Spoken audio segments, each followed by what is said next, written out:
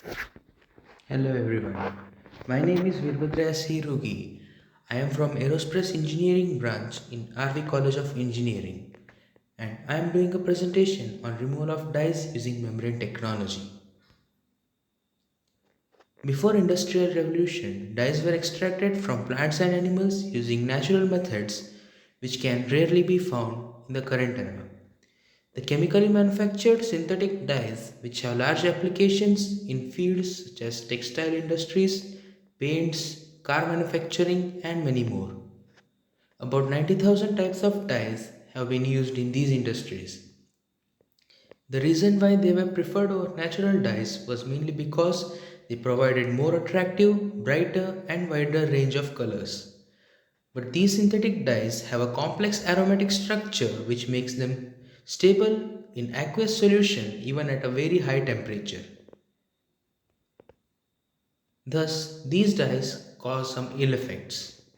Some dyes are found to be carcinogenic and mutagenic, causing deadly influence on cells. Even a small amount of dye in wastewater is unpleasantly abhorrent. Trace presence of dye in water is dangerous for humans, animals, and aquatic life. High concentration of dye leads to lowering of photosynthesis. Different types of methods have been thus introduced to remove the dyes present in water. These methods are mainly adsorption, precipitation, membrane filtration, coagulation fluctuation, and chemical oxidation. One main method is membrane separation. Membrane separation uses a technology which separates material using pores or minute holes which are present in a continuous structure. This structure is called membrane. Membrane separation is used because of the following advantages. It has a very low energy consumption and is convenient to operate. It is compact and uses less space. It has a high efficiency with a low operating cost. Different types of membrane filtration techniques are microfiltration, ultrafiltration, nanofiltration, and reverse osmosis. The types of dyes which are filtered using these techniques are cationic dyes, anionic dyes, and non-ionic dyes such as vat and dispersed dyes. Microfiltration. Microfiltration in general is defined as a membrane separation process to remove the particles having average molecular weight greater than 400 kilodaltons using a membrane whose pore size varies from 0.05 to 10 micrometer. The applied pressure is less than 2 bar. It can also be used to remove micron-sized particles like bacteria and colloids. The application of microfiltration in removal of dye from wastewater is limited due to its pore size. Due to this limited application, microfiltration membrane is rarely used in main treatment of dye and usually used as a pre-treatment.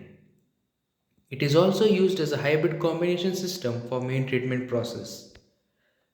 Examples of usage of MF membrane in dye removal. In an investigation, it was observed that polyether sulfone membrane, which is used in microfiltration, was not able to remove rhodamine B from wastewater. However, when it was coated with PEG and TA, dye elimination improved by a percentage of 98%. In another study of removal of dyes like orange 16 and black 5, it was seen that the microfiltration membrane alone was used to remove the dye and the dye removal was around 3% and there was critical membrane fouling. But when adsorption coagulation hybrid was formed using activated carbon, the performance improved significantly. Here are the structures of PES and PVDF microfiltration membrane. Microfiltration is also used in dairy sector for sterilization of microorganisms and for the production of clarified beers. The next method is ultrafiltration. Ultrafiltration is a variety of membrane filtration in which forces like pressure and concentration and also conditions like temperature and pH lead to suppression through semi-permeable membrane. Ultrafiltration is used to remove particulates and macromolecules from raw water to produce potable water. UF can be used for dyes whose molecular weight is lower than the membrane molecular weight. Therefore, UF also has a limited application with an average dye removal about 90%. It is to be noted that ultrafiltration membrane is sensitive to concentration and pH. Examples of usage of ultrafiltration in dye removal. Ultrafiltration was used for processing of reactive diallo3RS using two different types of PAN membranes. PAN1 had an increase in performance from 52 to 96% when concentration of dye varied from 10 to 1000 mg per liter. And for the same concentration variation, PAN2 performance went from 66 to 96%. The results were found in a pH range of 2 to 8. Another example would be PI membrane, which was a hydrophilic membrane used for filtration of direct dyes. It was permeable to salts like NaCl and Na2SO4. Its average dye removal was about 95%, with highest removal of 99% for direct dye 23.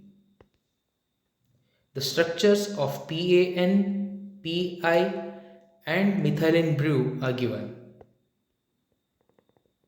UF is mainly used for removal of particulates and macromolecules from raw water to produce potable water. Now UF has mostly been combined with or has entirely replaced secondary and tertiary treatment in STPs. Ultrafiltration may also be used to concentrate blood plasma. The next method is nanofiltration. Nanofiltration is filtration in which a substance is put through a filter whose holes are measured in nanometers. It is a pressure-driven membrane that lies between ultrafiltration and reverse osmosis in terms of capacity to filter ionic species. NF is a promising technology which is already being used in industries for dry treatment. In this process, there is usually accumulation of solute molecules close to the membrane, causing pore blockage and further leading to membrane fouling. Thus, a suitable pre-treatment method is required. Examples of NF in dye removal.